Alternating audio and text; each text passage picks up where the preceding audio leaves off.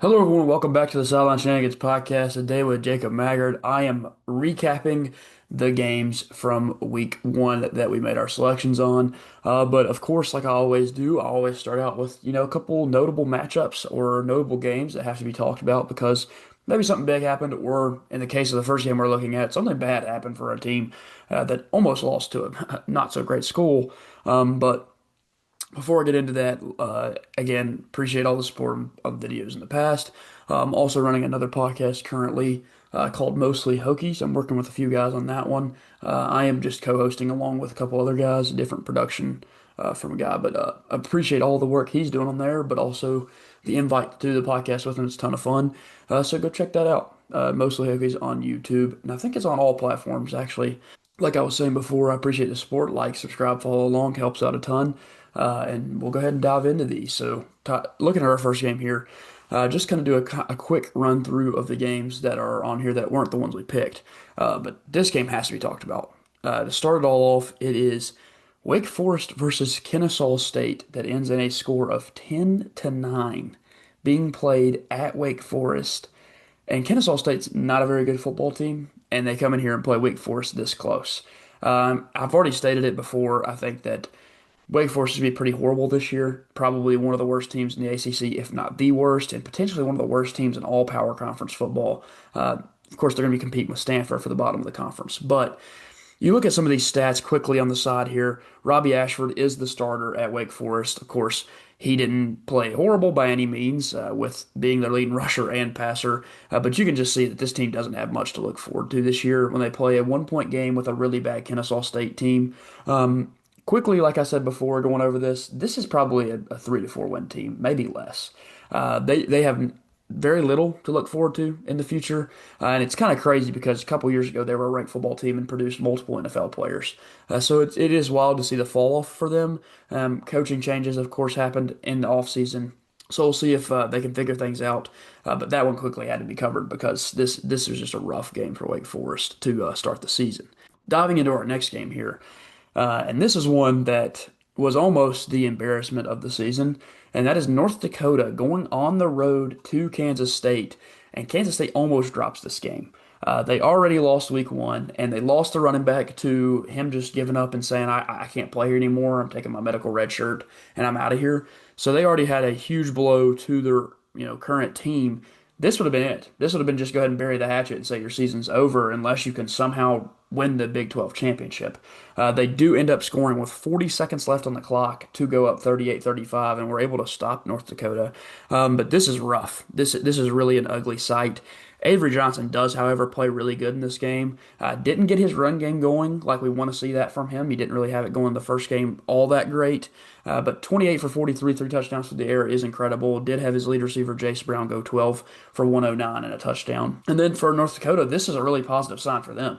If they can hang in there and compete with what was a ranked Kansas State team at the time, they may be a contender in the FCS, a legit contender at that. But Kansas State does sneak out with a win, and a win is a win, but man, did it look ugly, and they are now unranked in the last AP poll that was dropped.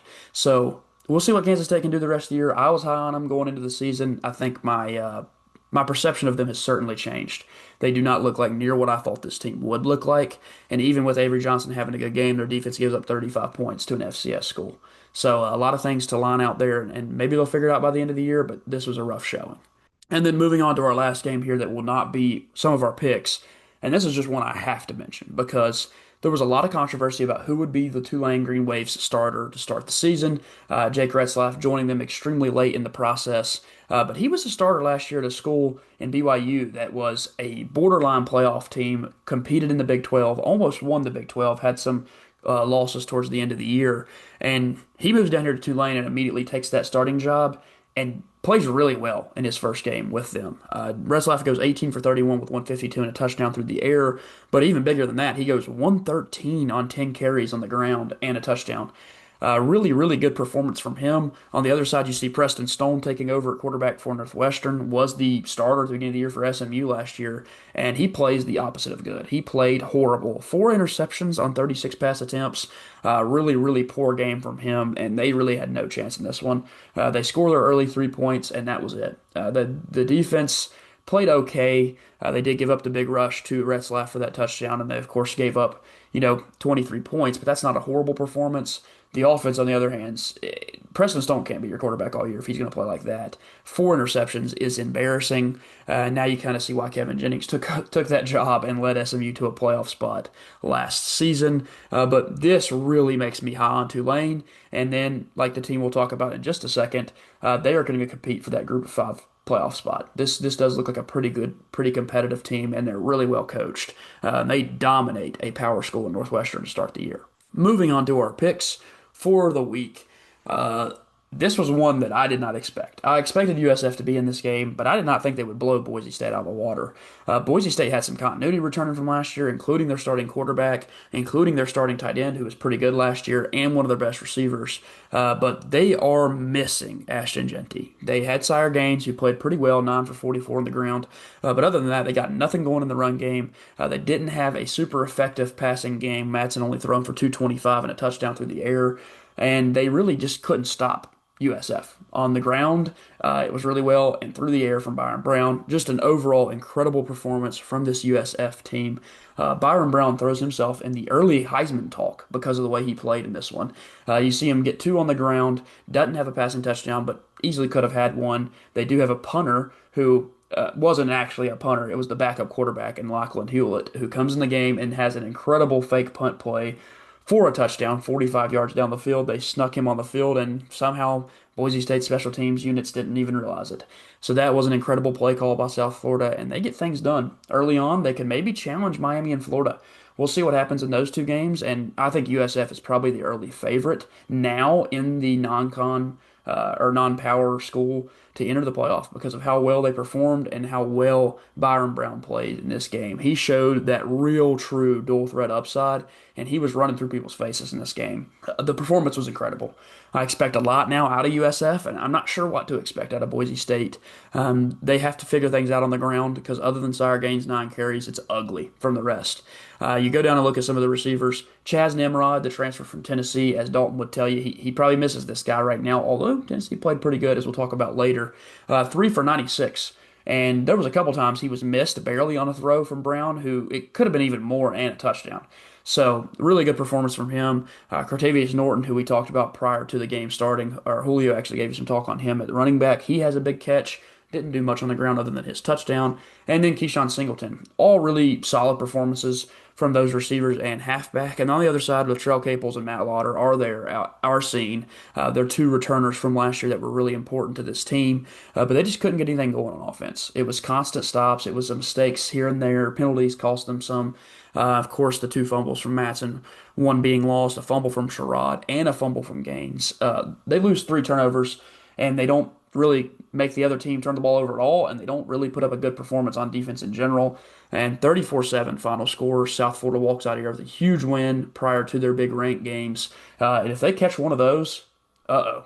USF could go 11-1 and be ranked at the end of the year, and they would almost guarantee themselves that playoff spot with the conference championship victory. But expecting a lot out of South Florida now, and we'll see what happens to Boise the rest of the year. Moving on to our next game here, the Auburn Tigers playing at Baylor, at Waco, against the Baylor Bears, who put on a decent performance. They passed the ball extremely well, couldn't really run the ball too well, and their defense gives up 38 points to a Jackson Arnold-led Auburn team. Arnold was incredible. It looked like the system is exactly what he needed. 11 for 17 through the air, 108. But that really wasn't it. And they have great receivers. They didn't have to pass the ball. They ran the ball so well. Jackson Arnold, 16 for 137, 2 touchdowns. Damari Alston, 16 for 84 and a touchdown. And Jeremiah Cobb, 16 for 74 and a touchdown. Their team come in averaging 6 yards per carry and 4 rushing touchdowns. An awesome performance from Auburn. They're able to control the clock when they play like that. And again, they didn't have to see their 3 receivers ball out. And Cam Coleman, Malcolm Simmons, and Eric Singleton Jr. Of course, Eric Singleton and Cam Coleman being two of the better receivers in the country, probably. And they didn't have to do anything. And they got a huge win, 38-24 over Baylor, a team expected to compete in the Big 12. So I guess we'll see what happens the rest of the year with Auburn. But the way Alabama played against Florida State, and the way some of the other SEC schools have played this week, they look like they can compete for sure in the SEC, or at least give some good teams really good games. So I come out of this game expecting a lot more out of Auburn, and I think their fan base is ready for it because they've been waiting to have another really successful season. And this team, if they can keep this ground game going and just establish the pass, they can maybe play with anybody. It just depends. Do they get this performance every week? That's hard to do. They rush for 307 yards. You're not going to do that every week. But we'll see if that passing attack gets going and Arnold feels comfortable there too in future games. Moving over to the Baylor side, I don't necessarily think it was the worst performance ever.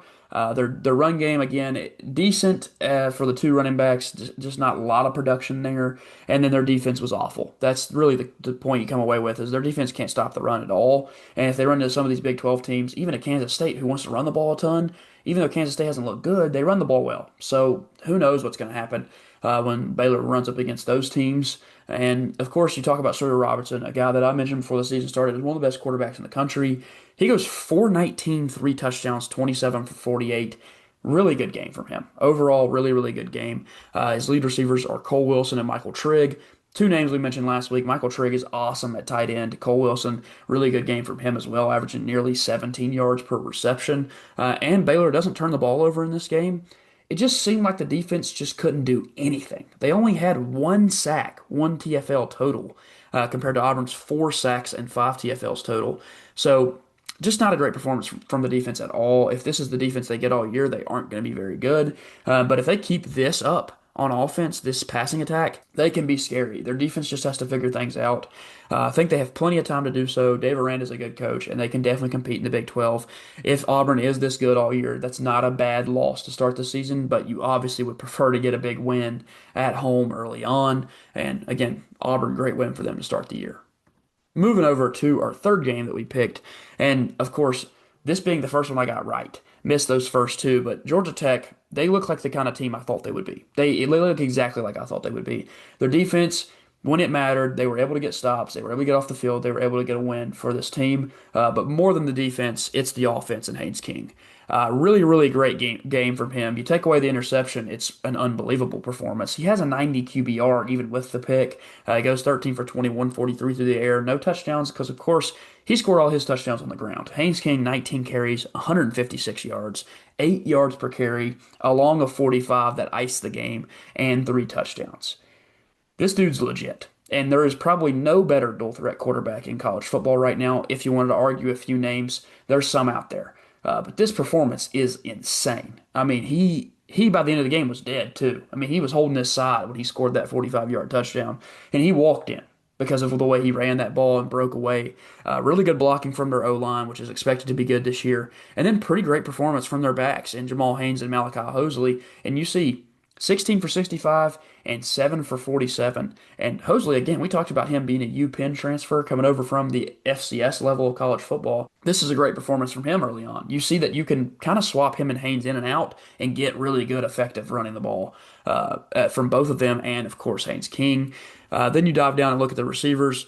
And you don't even see Eric Rivers doing much in this game, 3 for 24. And of course, Bailey Stockton was their lead receiver. We won't probably see that as often. We'll see Rivers up there. And again, I expect a lot out of this team. This is a team that I'm picking to go down the road and upset Georgia at the end of the year. I'm picking them to be able to play in the conference and maybe compete for a conference championship game. So I expect a lot out of them. On the other side from Colorado, didn't think it was a bad performance. I think they ran the ball a lot better than they have the last probably 2 years under Coach Prime.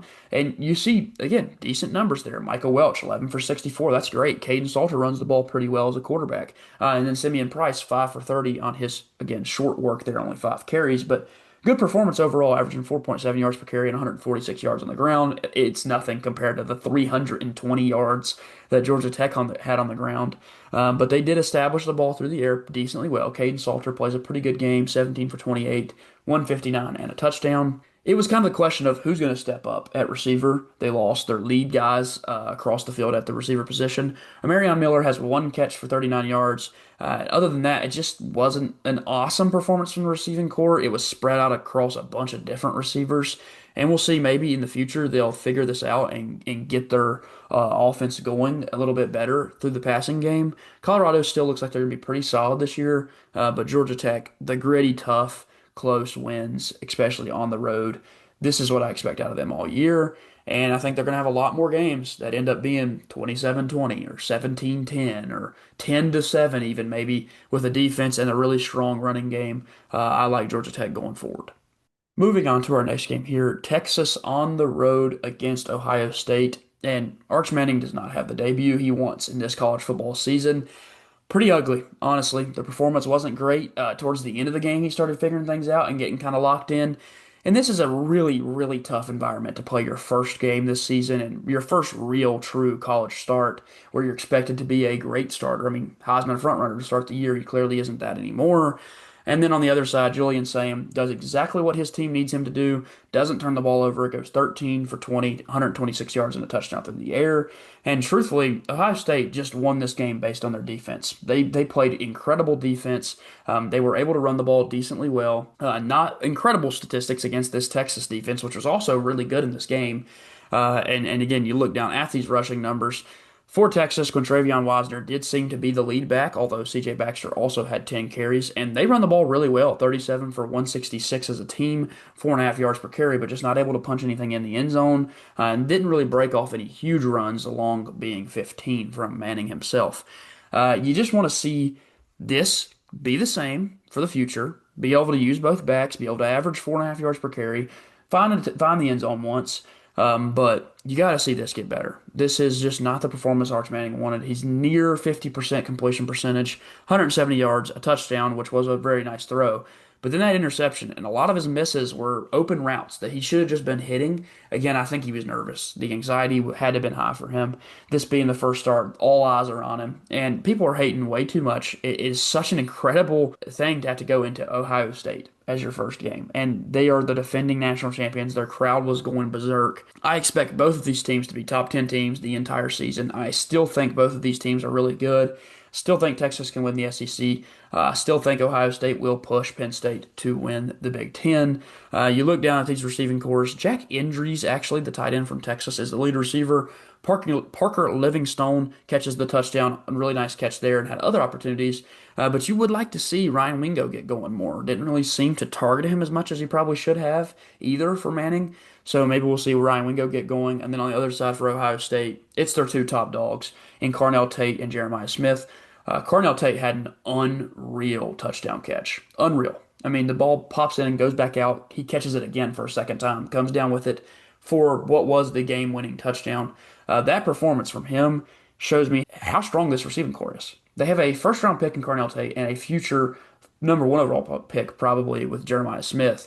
And then, of course, a good tight end in Max Clare, who only has his one catch for 11 yards. But I expect this passing attack will get better as Saying gets into the system. Of course, him being a redshirt freshman, he hasn't had time really to develop with these guys. So I expect this will only get better. Smith did have two drops early in the game, but he kind of locked in, had his six catches after that. But we want to see more from him, of course, and I expect it will happen in the future. And again, the last talking point was the defense for Ohio State. They were able just to kind of contain Arch. They didn't let him get going in the passing game at all. They didn't do a lot. They only had the one sack and the one TFL, but they were able to just be annoying, throw out different sets, and Arch just he wasn't used to it. He hadn't seen that before, and they ended up winning using their interesting sets on defense. And then on the other side for Texas, they don't get to the quarterback at all in this game. Do only have the one TFL. You got to see Colin Simmons. You got to see any of these big name guys get after that quarterback at least once. You got to be able to get back there and just cause some havoc. So we'll see in the future if they're able to force that. And if they do get a sack or something, it will be a big momentum boost for the defense. They were just missing out on those big plays in this game. Ohio State walks away with a 14-7 victory. And early on, this puts them up in the conversation to be the best team again in college football. And that's without the quarterback having to do a ton or really scoring that many points. So we'll see what they can do in the future. The defense looked great. And overall, I don't really have any negatives about their offense. It's just it'll get flowing better once the season goes on.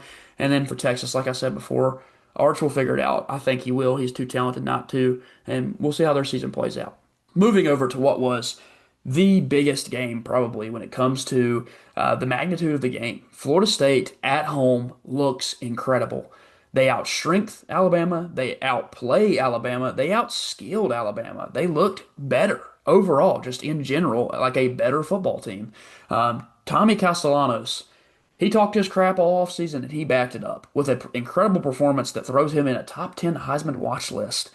Who would have been saying that before this game started? 31-17, again, that final score just shows the dominance that Florida State had.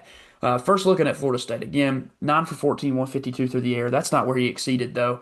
Again, on the ground, 16 for 78 and a touchdown. Great performance from him there. You see multiple different carries in general. I mean, you see Gavin Sawchuk, 6 for 28. Roydell Williams, their lead back, 6 for 14. You got more and better carries from Krama and Mackay there. It's just interesting to see what this team can do. They have so many different players they used in this game, and they were successful using those different players. Their defense was also pretty good in this one. Shut down Alabama's rushing attack. Alabama couldn't do anything at all on the ground. Richard Young didn't really look ready for that level of college football yet. I mean, it's his first opportunity getting big time carries. They will have Jam Miller back at some point, which will boost this rushing attack. And then Ty Simpson. I think he looked indecisive at times. I think he made mistakes here and there, not throwing passes or not scrambling for first downs. But he also looked good at times with his ability to get out of the pocket and make people miss. He was able to convert a couple first downs on stuff that just looked like that's impossible. How did he do it? So he is kind of shifty back there, but there is a lot left for him to do. 48.6 QBR is really not good at all. He does throw nearly 50% completion, but the 254 and the two touchdowns are promising through the air. It's just what will his rushing attack get going for him to be able to do more? They have to be able to establish the ground game if Alabama wants to win games this year. And this is the first time where you could legitimately argue they're not a top 25 team after that performance and after how bad they looked at Florida State. Two, look at the receiving core. Jeremy Bernard, clearly Alabama's best receiver in this game. It wasn't even close. It was like every time he threw it to Bernard, he made plays. And he was probably the only guy that showed up on that offense really, really well. Josh Cuevas at tight end, 5 for 31 and a touchdown. And Ryan Williams, he didn't look all that great in this game. He looked very scared almost to take hits, which is just kind of crazy because of how good he played last year at times.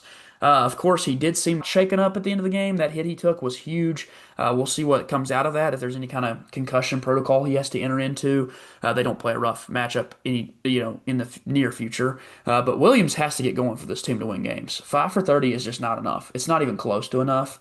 So we'll see what he does the rest of the year. But Jeremy Bernard, awesome performance from him. And then on the other side for Florida State, Jalen Lucas looked really good. Squirrel White in his one catch had an incredible play. And then Deuce Robinson, who I expect will get going more as the season goes on, all played pretty good. Of course, you hate to see Lucas having that fumble that was lost. But hopefully that doesn't happen again for him and the future of Florida State. But again, just a great performance. 3 sacks, 7 TFLs, absolutely destroyed Alabama's run game. They had nothing to answer for them. They were just pass. They had to just resort to only passing. No run game at all. That has to be established at some point if Alabama wants to be a really good team this year. You do see the 1 sack coming from Keon Sabb for Alabama, who did play good in the back half of their defense. Deontay Lawson, leading tackler, but no TFLs, no sacks. You got to see him getting after the quarterback a little bit. And then the guy that I think a lot of people have really been harping on and saying, where is your effort, is Bray Hubbard. If you watch some of the tape from that game, he did not try. It seemed like there was a lot of times where he was just kind of running around, acting all lazy on the field. That kind of stuff wouldn't slide with Nick Saban. It just wouldn't. You wouldn't be able to do that. And Bray Hubbard, we'll see. We'll see what happens as the season goes on. Julio did say and did tell me he thinks he's one of the better safeties in the country. With a performance like that, he sure didn't look like it. But he has a lot of opportunities to bounce back, and this maybe will be the game that kind of kicks him into overdrive and gets him to play really well for the rest of the year. But just not a good performance overall from him. And Florida State starts out with a massive win to begin their season and really bounces back from that 2-10 season last year. Moving on to our next one here, Death Valley versus Death Valley, and LSU is able to get it done. Clemson, my pick for national champion at the beginning of the season, drops their first game, but I do think that there's a lot to come away from this one in general. I don't think Klubnik played to the level he has to play to if Clemson wants to win a national championship, and I think Garrett Nussmeier did. 28 for 38, 232, and a touchdown from him.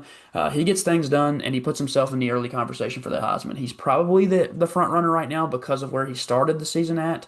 And then Klubnik, he really drops down that. He's going to stay in that top 10 because he is that good, and he was that good last year. But he has to do better. 19 for 38, 230 yards, not bad, but no touchdowns and an interception. You don't want to see that from him. So we'll see what he can do the rest of the year. But you could put some of the blame on what he did on this awful Clemson rushing attack. I mean, this is terrible. What is going on in Clemson when it comes to run the ball? I didn't realize how big of a deal losing Phil Maffa was going to be for this team. Their lead back goes 5 for 16. They weren't really able to run the ball at all. They just had to go away from it. And Klubnik was just throwing the ball every play, which allowed LSU to drop back and play strong coverage defense in this game. 31 total yards, averaging 1.6 yards per carry, is embarrassing from Clemson.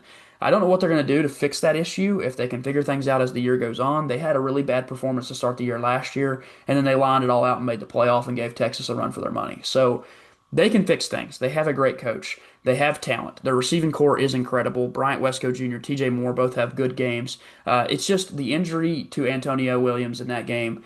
That was big. That was really, really big because with the run game being nothing, they needed those receivers out there to help Klubnik out. We'll see when he comes back what else this passing attack can do because I just expect it will only get better. Looking at the other side with LSU, they were able to establish the ground game. They did run the ball pretty well. Caden Durham in his sophomore season goes 17 for 74 and a touchdown. Really good performance from him. That's all they really need out of him is just to be a good runner on his short carries, probably 15 to 20 every week is what he'll get. And he does really well. Gets his touchdown, has a 24-yard run, breaks away the big one, of course. And down at their receiving core, Aaron Anderson and Juwan Johnson, both incredible performances from them. 6 for 99, 5 for 31, both just being targeted a ton, as well as Barryon Brown, who is that shorter receiver because he's so twitchy. He can get open really quick on short routes, but you'd love to see him break one off over the top as well at some point in this season. And then the big talking point, and Trey'Dez Green, 6'7", 6'7", out there on the outside. Caught a touchdown in this game. Of course, that was a big one from him. 2 for 17 total, but the touchdown was just he boxed the guy out, and the corner was like 5'11", and so it's like you have no chance. You have zero chance to catch a ball or even knock away a ball when you just throw it up to him. You cannot leave that guy in one-on-one coverage. So huge play from him. We'll see what kind of weapon he is this year. Look like he could be really, really strong in the red zone moving forward. The fumbles, that's an issue with LSU. That's why Clemson was able to stay in this game. Their defense was able to force turnovers. Both defenses played incredible in this game. I think that shows what both these defenses can be as the season goes on. And then you look again at the defense, one sack, but they have 8 TFLs, which means they were in the backfield all day with Clemson, shutting down everybody but Durham, and again able to get to the quarterback that one time. On the other side for LSU, 2 sacks, 4 TFLs, but again they were all over Clemson's run game. Clemson had nothing in the run game. It was never really a ton of TFLs, but it was always 1 or 2 yard carries. And so they didn't do anything at all on the ground. We'll see if that gets fixed as the year goes on. But again, really good early performance from both defenses. Great performance from Nussmeier. Got to see more from Klubnik. And hopefully he gets his lead receiver back as the season goes on and they can just figure out this rushing attack. Moving on to our next game here. And this probably was one of the best performances of the weekend. Miami Hurricanes go out there and play incredible defense. I don't know if that's the defense they're going to get all year, but if it is, this team is going to be really good. Strong performance. They're able to go out there and just kind of shut down Notre Dame for most of the game. Notre Dame answers huge in the fourth quarter and comes all the way back. Jeremiah Love has to have more than 10 carries. You just can't do that. You can't let that good of a player not be used in this kind of game. And it was because they got themselves down early. But again, it doesn't matter at halftime, you're down 14-7. Come out in the second half and establish the ground game. Run the ball. You have two great backs in Jeremiah Love and Jadarian Price. And 16 carries for those two guys is just not enough. Not enough at all. On the other side for Miami, they established the run game, looked really good on the ground, actually. Mark Fletcher Jr. runs the ball well, and Charmar Brown, of course, the transfer over from NDSU. He has a touchdown on the ground, too. And then, of course, the talking point when you look at the quarterbacks, CJ Carr, really good in his first start for Notre Dame this year. 19 for 30, 221, 2 touchdowns. Does have the interception. Don't want to see that, of course, but that's a really promising performance through the air. Looks like they can have a better passing attack with Eli Raridon, Malachi Fields, the transfer over from Virginia, and Jordan Faison returning from last year's team and had a pretty good playoff. You don't see Greathouse here, doesn't have any kind of performance. You expect him to be on there at some point in the year. And then you look at Miami's passing attack. Carson Beck goes 20 for 31, 205, 2 touchdowns, and looks really, really good. He was incredibly accurate, finishes with an 85 QBR rating, which is great. Again, his lead receiver was Malachi Tony, a young player who was just super flashy, had some big-time plays, but always just seemed to be open. Notre Dame had to try to double bracket him and just cover him with two guys every time for the rest of the game after he made the plays. And then CJ Daniels has the potential catch of the year. It was OBJ like, reaches back one-handed, makes an insane catch. And if Carson Beck's going to get that performance this year from his receivers compared to the leading drop in all of college football from Georgia's receivers last year, expect him to bounce back and be a lot better this year and probably put his name in a potential QB conversation going into the NFL draft. Just a really good performance from him, a good bounce back, and it really shows his potential to lead Miami to another great season. And maybe they won't lose those close games at the end of the year. Notre Dame needs to do a little bit better at getting after the quarterback and getting in the backfield in general. One sack, two TFLs. And on the other side from Miami, Ruben Bain is incredible. Has a half a sack, has a half TFL, has the interception which he returned for 12 yards, but it was almost a touchdown. He could have broke it off. And then after that, Akeem Mesidor, one and a half sacks, one and a half TFLs. Great performance from him too. And you see this Miami defense getting after the quarterback and playing really good defense on the back end. Again, if they get that all year, this team is going to be good. I expect a lot out of Miami, and I still expect Notre Dame to be good, especially if they can just figure out how to get the ground game going. Jeremiah Love just has to get the ball more, and we'll see if they do that as the season goes on. Moving on to our last game that isn't our favorite teams, and that is TCU and North Carolina. And just going to use this one as a quick example of what can happen early on in college football seasons. TCU goes out here and destroys North Carolina. I mean, Chapel Bill was hyped up all week, and TCU took that as disrespect and shut up everybody. 48 points. Josh Hoover looks awesome in this game. 284 yards, two touchdowns. Does have that interception, which it wasn't that big of a deal with how big this score was. They run the ball extremely well. Kavorian Barnes, 11 for 113, averaging 10 yards per carry and a touchdown. He was incredible. And Nate Palmer, in his short time, 7 carries, 61 yards, also really, really good. They look great. TCU as an offense looks incredible. Jordan Dwyer as their lead receiver, 9 for 136 and a touchdown. This is just a good team. This TCU team is going to be good in the Big 12. I expect them to compete.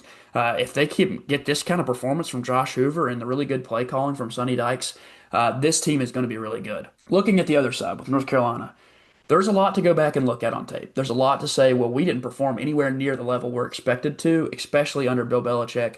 They do turn the ball over a few times. That's a problem. But in general, they don't get the ground game really established. Caleb Hood didn't look horrible. They had a good first drive, actually looked incredible for the first drive. But Gio Lopez did not look like the guy, and that's because of some of the play calling. I don't think they let him throw the ball enough. I mean, 10 attempts all game. They weren't able to complete many passes at all until Max Johnson came in, and Gio Lopez ends up getting hurt in this game. I don't know his status, but he goes down, and Max Johnson comes in and actually kind of gives him some life. He goes 9 for 11, 103 and a touchdown in his first drive back in college football after what was a terrible injury last year. He almost lost his leg. It was almost amputated. That was reported on the broadcast last night. And it's a really, really cool story that he comes back and he throws his first touchdown to his brother, Jake Johnson. And that's just such a cool story. I really think that helped last night. With all the bad, or on Monday, I should say, with all the bad in that game, it was really heartwarming to get to see Max Johnson come back out there and play football and actually play pretty good. There's a real debate for him to be the starter moving forward. A 96 QBR in his time on the field is really impressive. So we'll see what Max Johnson does for the rest of the year. We'll see if he gets used as their starting quarterback. And again, I think there's some potential for him to do that. You do see Lopez turn the ball over 2 times with an interception and a fumble. So maybe we see Max Johnson as the starting quarterback for North Carolina moving forward. And again, I don't think that's a slight on Lopez. I think the play calling was kind of rough for him, but the 2 turnovers, that's kind of, you can't do that, especially in a game where you're getting blown out, and that's probably part of the reason. We'll see what North Carolina's defense does the rest of the year. This was an embarrassing performance from them overall. And then TCU's defense did kind of get after North Carolina with 8 TFLs and 2 sacks. Overall, good performance from them, and Chapel Bill's got a lot to line out down there moving forward for North Carolina. Moving on to our favorites here, the Syracuse Orange and the Tennessee Volunteers playing in the first of the 2 Aflac kickoff games, and Tennessee looks great. That's the easy way to say that is Joey Aguilar, phenomenal performance. 247, 3 touchdowns, 16 for 28 through the air. Also brings a little bit of a rushing attack with a 25-yard carry being his long. Just an overall awesome performance for Joey Aguilar. He just looked like a dog in this game. That is, to the truest form, exactly what he looked like. The run game was incredible. Star Thomas, Deshaun Bishop, and even Peyton Lewis in his 8 carries All really good performance. Deshaun Bishop, 82 yards and a touchdown. Star Thomas, 92 yards, and Peyton Lewis, 38 yards. If Tennessee runs the ball this well all year, and they get this performance from Joey Aguilar all year, you are talking about another potential playoff team in Tennessee. They are well coached, and their defense is really, really good. Braylon Staley shows out and goes 4 for 95 and a touchdown. And then we expected Chris Brazzell to be this good. He was a great receiver for them last year, and he returns with a 5 for 62 performance, as well as Killsman, their returning tight end, with a touchdown through the air, and Star Thomas, a touchdown through the air where he was lacking on the ground. That's a great performance from Tennessee. Defense looked pretty good. They did kind of have some lapses here in the second half and then right at the end of the second quarter. But again, they just overall look great on defense. They can definitely be one of the top defensive units in the country this season. Then you look at Steve Angeli. He goes 23 for 40, 274, a touchdown and an interception. Was the quarterback, of course, over at Notre Dame last year as a backup, maybe even third string. And he didn't look horrible, but he didn't look like he was going to be this prolific passing attack like they had last year. So this team probably will regress a little bit, but they do play a good schedule to them. They can win some games here and there. I don't expect them to be a 10-win team again, but maybe that bowl game potential. They were establishing the ground a little bit with Yassine Willis, 23 carries, 91 yards, 3 touchdowns on the ground. He was really good in the red zone, being able to punch in those 3 touchdowns. But you want to see more from their passing attack. If they're going to be as strong as they were last year, that has to happen. Jonte Cook was the lead receiver, 6 for 58 and a touchdown. Of course, Angeli had the fumble and the turnover through the air with the interception. And then Aguilar had his fumble, which, again, with the way he played, you kind of mark it down and say, forget about it. And then Syracuse's defense, terrible. 45 points put on your head. The quarterback making his first start in the system, and they destroy you. So Syracuse's defense lacking as it was at times last year. And then on the other side for Tennessee, incredible. 5 sacks, 7 TFLs. They were all over Syracuse. They were all in the backfield, and Jelly didn't really have the time he needed to make plays. And I expect that this Tennessee defense all year will be this good. And if their offense keeps it up, again, we're talking about a Tennessee team that can probably compete with most of the SEC and definitely compete in the country. And they're looking forward to potentially repeating what they did last year. Moving on to our last game, a sad, sad result. Of course, I picked it because I did think that we would lose this game, but we played really good at times. Our defense was incredible in this game. They were all over Lenore Sellers, who's probably one of the most shifty quarterbacks in college football, has one of the best abilities in the game to scramble, and he only goes for 25 yards because of the sack yardage that we were able to put on him. But you see the score, 24-11. It was really close until the fourth quarter. We give up a punt return touchdown on just a really stupid penalty, and it just kind of seems like a rewrite of things we did last year with a stupid penalty and letting them go score a punt return touchdown. You just can't have that, and we did. Overall, not the worst performance again from the offense. I thought the play calling was pretty good, actually. I do think that there was times where I was kind of thinking, why aren't we completing plays? Why aren't we making, first down passes here and there, because they were just missed. Jerome's did go 15 for 35, which looks terrible. 2 interceptions, one of which was completely reasonable. He threw it on fourth down. You don't just take a sack, you throw the ball up. So that pick, you mark it off as it didn't happen. The first one, though, was a turnover in the red zone. So that one hurt us a lot. The defense was able to capitalize, though, and force a safety. So we didn't really lose that many points off that. But you got to see more from Drones. He's just got to be better. He's got to be better than this.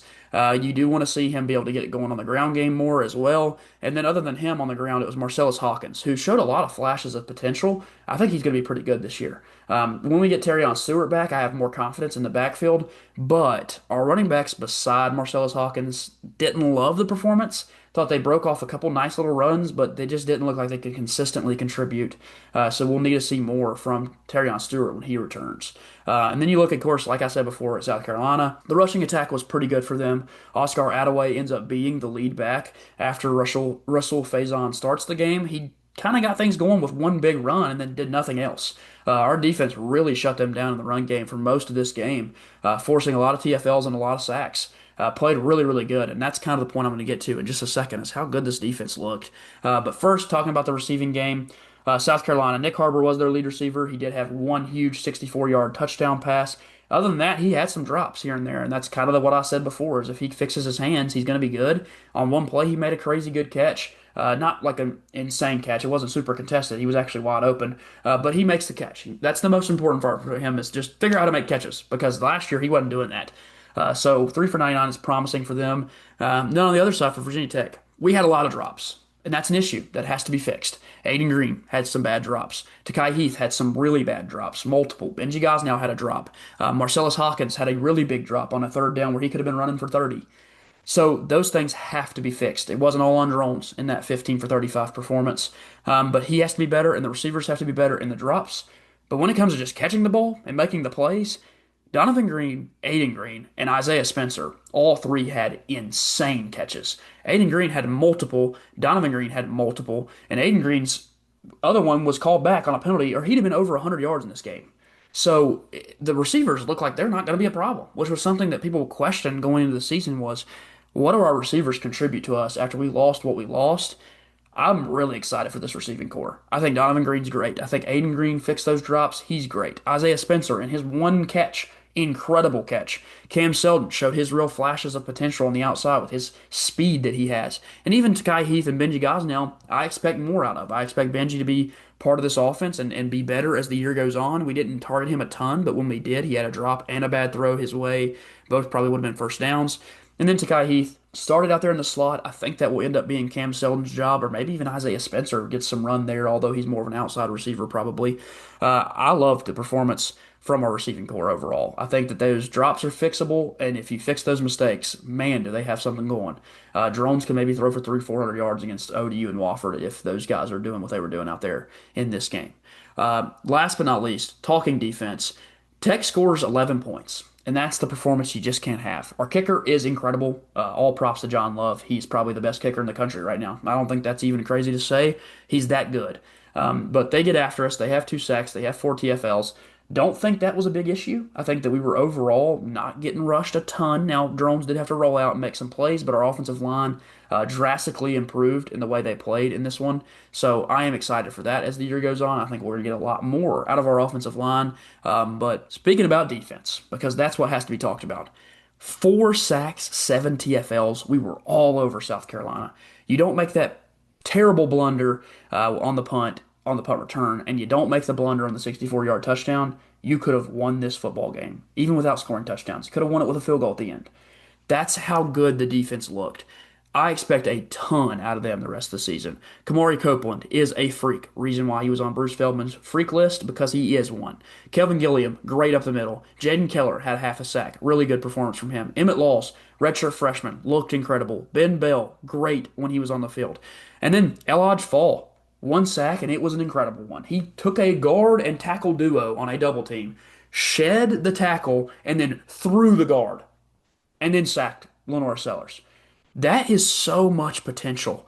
I mean, flashing right there from him. And they already have Copeland and Gilliam up the middle. And then Junkum, I thought he looked pretty good off the edge. Didn't get the sack, but had the 4 tackles.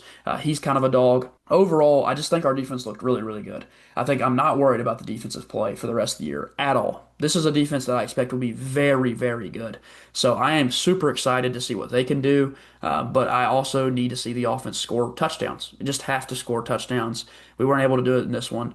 And then last but not least, like I said before, John Love, incredible performance. 56 being the long, which tied the long at the Aflac kickoff, but also 3 for 3. Puts him in the early favorite to be the Lou Groza Award winner. He is that good of a kicker. Expect he'll be a weapon for us the rest of the year. And just have to see more from the offense overall. I think that Vanderbilt is a good bounce back game that you have to win. And if you do win it, it is going to be a big win because Vanderbilt is still pretty good and they scored 45 points against the nobody they played week 1. So their offense is still rolling and their defense is still going to be pretty scary with a lot of returning talent on both sides of the ball.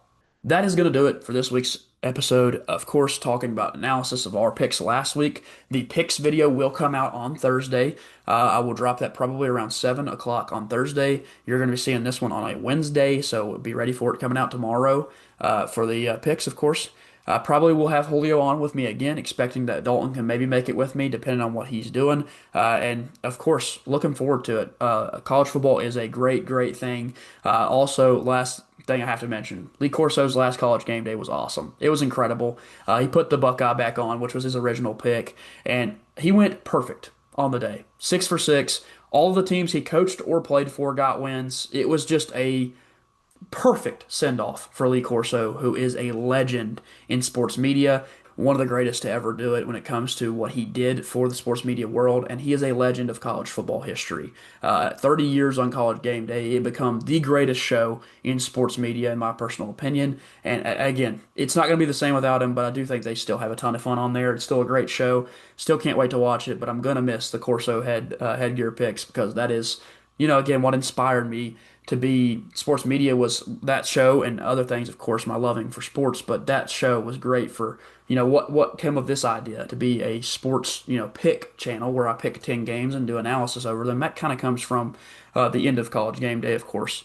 I love that. I love the send off. It was just really, really good. For the future for the Hokies, I expect us to go out there and get a big win against Vanderbilt. And if we don't, things are going to be kind of different for it for the rest of the year because people are going to be calling for Price job immediately after that game if he loses.